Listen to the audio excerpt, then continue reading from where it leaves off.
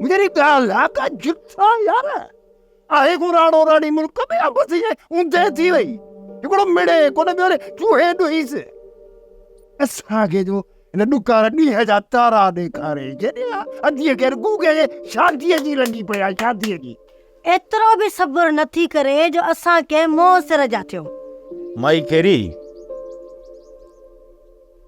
तव्हांखे बि छोकर जो बार लाहिणो आहे त पोइ लाहे छॾियो न। माई ढकणी चवंदी थी वते त लॾे खणण खां पोइ मोटण में बि साल लॻंदा। साल?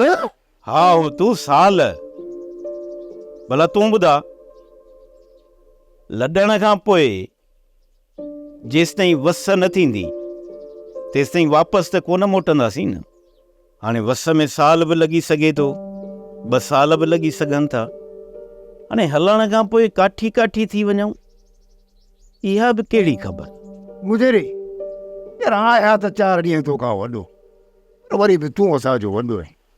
तोखे हिकिड़ी सुहिणी सलाह थो ॾियां त जॾहिं था वञूं त सभिनी खे सलाड़े था वठी वञ ऐं वरी जॾहिं मोट थिए त सभिनी खे सलाड़े वरी मोटायूं अची जाए।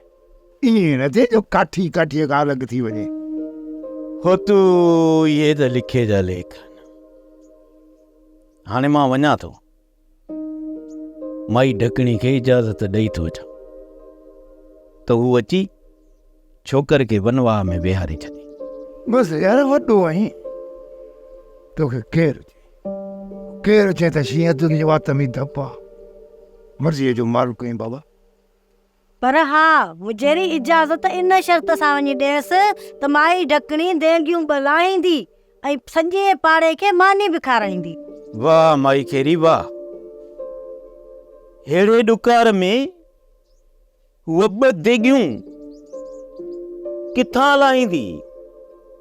हाणे तूं हीअं कर जो शर्त जेके रखींदी न 2 देगड़नि जा रख 2 देगड़नि जा। पंहिंजे छोकिरे खे घोट थी बणाए घोट। जे भत जूं 2 देगियूं न कंदी न त हा मां इजाज़त कान ॾींदीसांसि। ॻाल्हि आहे सिधी। ठीकु आहे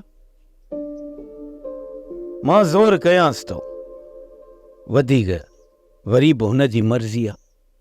पर ॻाल्हि ॿुध तूं बि थोरो ज़िद तां हेठि लहिजां। पौधी लाहे भला लुड़ घटि में घटि कन त ठरी पवंदा न पोइ महिल सां लॾो खणी हलंदासीं। सोप सीरियल मोहब्बतुनि जो माग तमाम एपिसोड्स ॾिसो हाणे HD क्वालिटीअ में। विज़िट करियो असांजो YouTube channel Sindh TV HD drama. Subscribe कयो असांजो official YouTube channel Sindh TV HD drama ऐं वधीक अपडेट लाइ बेल आइकन खे क्लिक करियो।